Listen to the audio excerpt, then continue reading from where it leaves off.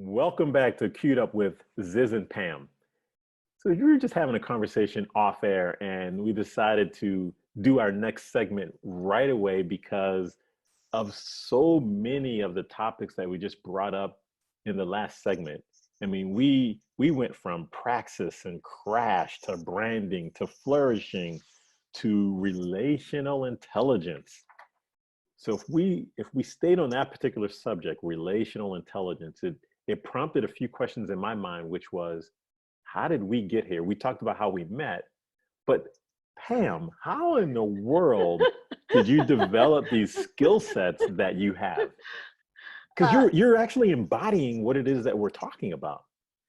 well, I think for me, and again, it's a process. I mean, I'm 60 years old. I mean, I've had, and I was an older parent, so it's an interesting process to parent after you have had, you know, a lot of experience in life, that you begin to develop your value system of what's important and what's not. But so it started with me wanting to be a lawyer. I was going to be a lawyer. That was what I was going to be. I liked the whole image, the suit, the whole thing.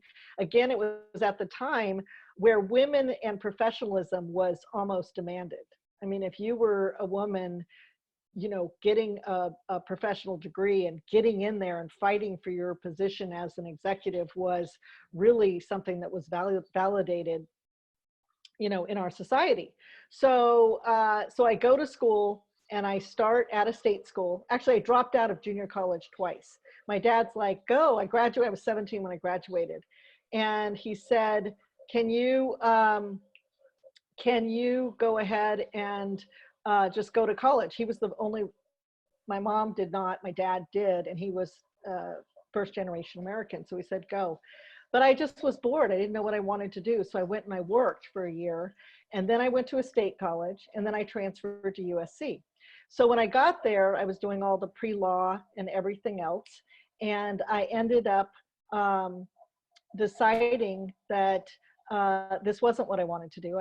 My last semester, I did a project on real estate, and I just fell in love with the real estate market. So I actually got accepted to Santa Clara Law School, was all ready to go, and made the decision to not go. But my major was finance and business economics. So it's really financial analyst. Got hired by Bechtel, which was an engineering firm that was moving into real estate. And so doing the financial spreadsheets and return on investment and everything else of all these new speculative buildings. And then I moved into market research, which turned out to be my love, why still to this day that market research is, that background has enabled me to just go deep in these rabbit holes because I'm so interested in discovery and things like that. So I read a ton and, kind of look back and research as much as I can on things. And so I did that for years. That was the basis of my income, both under a corporation, RCL Co., and independently. When I decided to quit my job at 30, I walked in, I said, you know what, my stomach was getting sick, all these signs that are telling me that this successful life I was leading was not fulfilling for me. I wasn't allowing time for relationships. I had tons of friends, I traveled, everything, but it wasn't fulfilling. So I had to stop because my stomach, it would just get upset before meetings, all this stuff. So I listened, I replaced myself. I found a guy who's still there today to handle the staff and yes. So I kept my responsibility to that. And then I didn't know what I was going to do. And clients kept saying, oh, can you just do this one thing? Can you just do this one thing? And so I ended up with my own business. But a lot of free time where I'd sit on the couch. I mean, I was such a workaholic. I was like, what am I doing? And then, began working, met my husband on a blind date, ended up then moving into being a parent and volunteering and running the, different events at the schools and doing a ton of volunteering work with my kids. And so experience with nonprofits. My husband was an entrepreneur, started his business in a garage, the growth of that and everything that happened. So I became entrepreneurial, got business background, market research, hit the school system and went, what? and then hit my value system of like, but this isn't important for my children's life. Being with their grandparents, having experiences, going to the park, this is important. And so having to constantly be the salmon swimming upstream to try and give them the life that I wanted. So through that, I'm here today as I aligned with my mission to advocate for the mental health and wellness of students. So when you first started, I had to find the quote. It's by Soren Kierkegaard. Life can only be understood backwards, but it must be lived forwards. Wow. And actually, the first time I saw that quote was on the side of a building at Barnes and Noble, and I saw that. I was like, oh, I got to write that down. And it just it's one of my favorite quotes because it is really hard to Powerful. understand as you're going. It's almost like you're going through the forest and you don't see exactly what's going on. First of all, I had no idea you were 60 years old, so awesome job. But Thank you. it's, to me, it speaks to you living the life that you've lived. In the way you just talked about your experiences and your children, it was fulfilling. Yeah. And you're living your mission. So I think it radiates a certain energy. That's what I feel, and I think that's what's really important. And it goes back to what we were talking about in the humanness of what it is that we are as humans looking for, so to speak. Obviously, we're recording this during a time that I have never faced, you've never faced. I don't even know what to call what this is, but all of a sudden in India, you can see the sky. Yeah. There's a lot less pollution. So it's telling us something. So so we get to learn a lot about ourselves. Yes.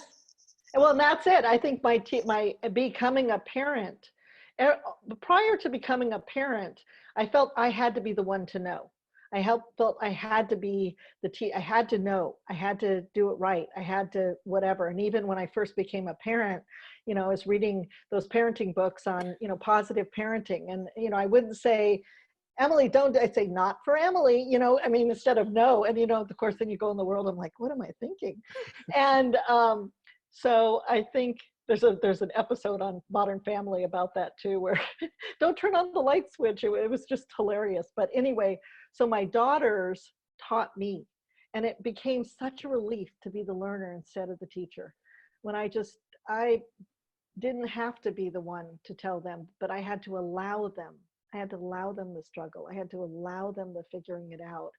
And I had to sit back as the guide and the coach, not as the superior to tell them. And I think that's what we've done so much culturally. We've decided that experts can tell us because we're not able to rely on ourselves. And if we can't teach our children to listen to themselves and to learn, and that sometimes I'm not right. I've learned so many things. The dinner table, we would have we talked about abortion. We talked about gay marriage. We talked about all of this kind of stuff at our dinner table, where we would argue back and forth about our different viewpoints. And that is where that questioning, curiosity, allowing a voice to happen, no matter the age, was so critical. But I'm interested in hearing about your background and how you got here and why you were so interested in advocating for students. So my mom had me when she was 18. So she really didn't say much about this. So it's really interesting. So just to give the full story, and I don't even know, am I actually going to do this? That's the conversation I'm having in my head. So Vulnerability. Yeah, exactly. Brene Brown. I'm a Brene Brown fan. Me too. So I'm going to be courageous and do this. And my mom had me when she was 18. She was in high school. She was at a school that was the same people as her. So it was segregation. And my biological dad, I actually did not meet until I think I was like 36 or 37 years Wow. old. Yeah. So she had gotten married to the man who I call my father. And he did a wonderful job in raising me. And he was a thinker. He was creative. He actually faced a lot of racism because of that time period. He had actually worked at Westinghouse. I don't know if people if I remember correctly, Westinghouse became another firm. It got bought out. So he had top secret clearance, but he hated that job because of the racism that he faced. So consequentially, he left that particular job, and he was a plumber, and trying to build his own business, which was it was tough. It was hard. So things weren't exactly easy for me growing up monetarily, but I had all that I needed, which was um, their love, their support. I did sports. I remember out when I was in fifth grade, I played football. I wasn't very good. I wasn't, as a matter of fact, one time, my pants, your pants were super white. I remember getting down in the dirt, putting my hands in the dirt, coming up, rubbing the dirt all over my pants because I think I got in for like one or two plays. So I wasn't a very good athlete at that time. And then just by playing sports in the neighborhood and with older students, just just grew, they got better, played, enjoyed it. But I was also really inquisitive. And my high school experience was it was interesting. I went to a school, an elementary school, and then we moved. And when we moved, I was in sixth grade, and that was in elementary school. But when we moved, I ended up being in a middle school, so it was sixth, seventh, eighth grade. And going to that particular school, I ended up facing racism again. Not that was my first time, to be honest with you. I had no idea because I didn't face that in the elementary school. We didn't have any of those issues. And all of a sudden, because of the color of my skin, we're having these issues. And I was like, well, what's wrong with you people? I didn't feel as though anything was wrong with me. Good. What was interesting though is, like, as I would talk to them over the years, you get to know them. They had no idea what category to put me in because I was tutoring, their sister or their sibling. And I was also that really good athlete that their parents would say, oh yeah, they can do this, the stereotype. And consequently, what I'm basically saying is I'm not a big fan of stereotypes. I hate when people label you based on what they think you are or what you look like or what you may even do.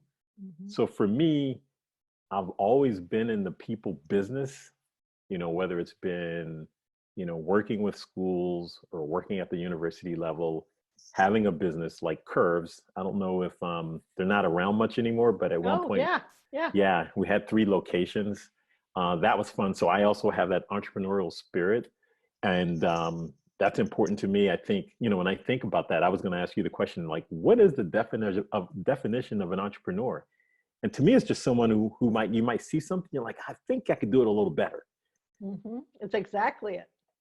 Yeah. Or that it comes from need, that it's like, these are my interests, I need to create it because it's not there, which again is the future of work. The future of work is really not waiting to find a job, but creating one, because you see the opportunity or you see the need, or because it fits who you are and where you are in your life. Right. But I think our life experiences shape us. I mean, I grew up, and my my dad, it was business and corporations at the time that corporations began to be bought out. And so he was a manager, and so he kept having to transition at different points. I mean, he would be a head of a company, and then that company would get bought out by another company. It was just the time of that whole consolidation. My mom, who hadn't gone, and he traveled internationally a lot, he was gone. And so my mom was an alcoholic most of my life, and I had 3 sisters. So it shapes you or shaped me in my level of responsibility young to handle things. And I mean, thank God when I was 20, she, was no longer an alcoholic, and we've had she's definitely made amends through being a wonderful grandmother and mom to us now. But that idea that I had to be responsible, that I had to grow up, that I had to, help parent my younger sister, that I had to, all of those, I feel like I've gotten younger as I've gotten older. Right. And this is also gets back to the Viktor Frankl, which we have the link on our website to Viktor Frankl's story and Viktor Frankl Institute of America, but is that your life is frames that you will only see at the end of your life. It goes to the quote you just did, in looking back at the movie. So each moment is a choice. Each moment is a choice to change. You know, if you're in unavoidable situations, it is how we react to them that gives us our power, not in the fact that we're powerless. And as a matter of fact, it just goes back to racism and blame and all of that kind of stuff. That is indicative of powerlessness, right? And you were saying that you were loved and you had this basis and you had this identity that allowed you to withstand that. So how do we empower people to be worthy as they are? Because a lot of this stuff exists in the world, right? Right. So, and hopefully it's changing. I mean, I see the generations, but not fast enough, not in all areas, all of that. So how do we empower instead of tagging on to anger, you know, tagging on to, oh, they are wrong and the politicians are wrong and the, you know, whatever. Well, what are you doing? You know?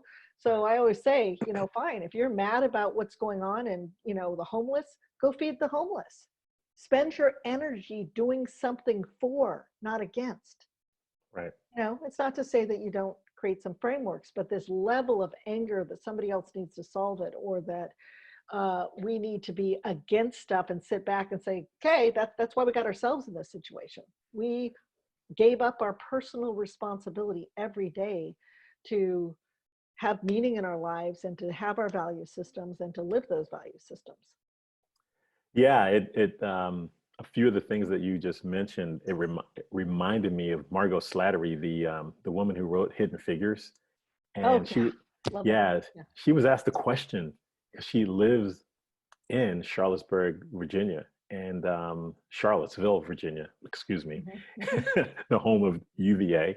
And she was Yes. asked the question, she was asked the question because the riots that took place, you know, in that area, and she was asked, like, what do you think of that? Like, what are your thoughts on it? And she basically said, and I think it's like one of the best answers ever around that particular subject, was, we are not living up to the ideals of the Constitution.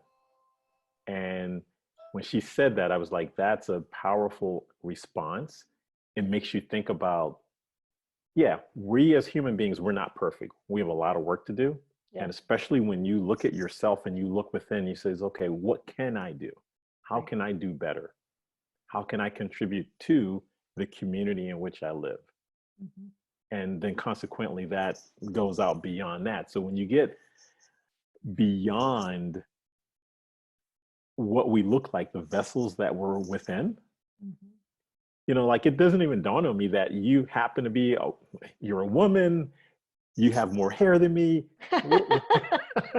What does it matter? I'm white. Yeah, you know. I'm older. You know, the funny thing is I think when people start to look at their ancestry, and I think what they're starting to find is, they thought they were this, and then they all of a sudden they start to find out, oh wow, I have a little bit of that and this and all of this in me. But we're human beings. Yeah. We're human beings. Yeah, we have some flaws. We got some work. We got some work to do. That's why we're here, I believe. Yes. You know, I think as humans, that is exactly it. And it's and in talking about some of these, women got the right to vote because men in Congress gave them the right to vote.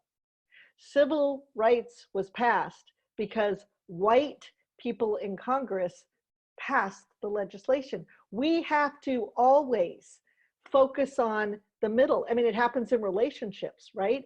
If you've got two people in a relationship, if they're not focused on the collective and that space in between, there is no relationship. And I think, you know, I see more good than bad in the world. I mean, I see we're in this mucky, messy middle, but the only way forward is together, not separate, not in identity politics, but in meaning-centered lives and collective lives. Like, we came together not because we're two people that have any separate, but because we have a mission and an interest. And this is the future of moving beyond this deciding disadvantaged, not disadvantaged, whatever, to bringing kids together based on their interests, based on their passions, based on things that they are good at and that they want to contribute. Then this is what the military did, actually, which is, racism, there's, I'm sure, elements, it's certainly with women in the military, but on the other hand, when they're in battle, they're not looking right and left and saying, what religion are you, what color are you? They're Right. like, oh my God, you got my back, you're trained to have my back, let's go. Right. Right. Exactly. I think of Pickett's charge. I think of in Gettysburg, when people shoulder to shoulder walked into this field on D-Day. Same thing. You walk into this sure death, and yet you're there because you're shoulder to shoulder and having each other's back. Right. And that, I'm hopeful of a society for our children and our grandchildren and everybody else, is that how do we learn, which I think is finding the collective meaning that we value together and focus on that, not our separateness. Yeah, so that takes me back to, we're in a world of the Internet of Things, artificial intelligence. I guess some people don't even realize, depending on what type of phone you have. I have an iPhone, so I'll say, Siri, text so and so and so and so. So we're using that technology, but what it comes back to, though, is the relational skills that we need to develop with one another and also within ourselves. So I think this was a really fun segment. I've learned some things that I didn't know. Likewise. Yeah. Yeah. And, I mentioned Brene Brown. I'm definitely a fan of hers because it does require courage to be vulnerable. And as a man, we men need to do a better job of showing that we have feelings. Yes, women, we do have feelings. We hide them very well, which you already know, and we can do better. So I encourage everyone who's listening, to reach out to someone, to collaborate. If you have an idea, if you have ideas for us, please reach out, please comment. If you like something, if you don't like something, we want to hear from you. Yeah. So again, Pam, it's been awesome. It's so fun. It's Yes. so fun. Yes, absolutely fun. So thank you, everyone, for joining us on this particular segment. Like I said, please comment, reach out. And our website is queued up with Ziz and Pam. Thank you again.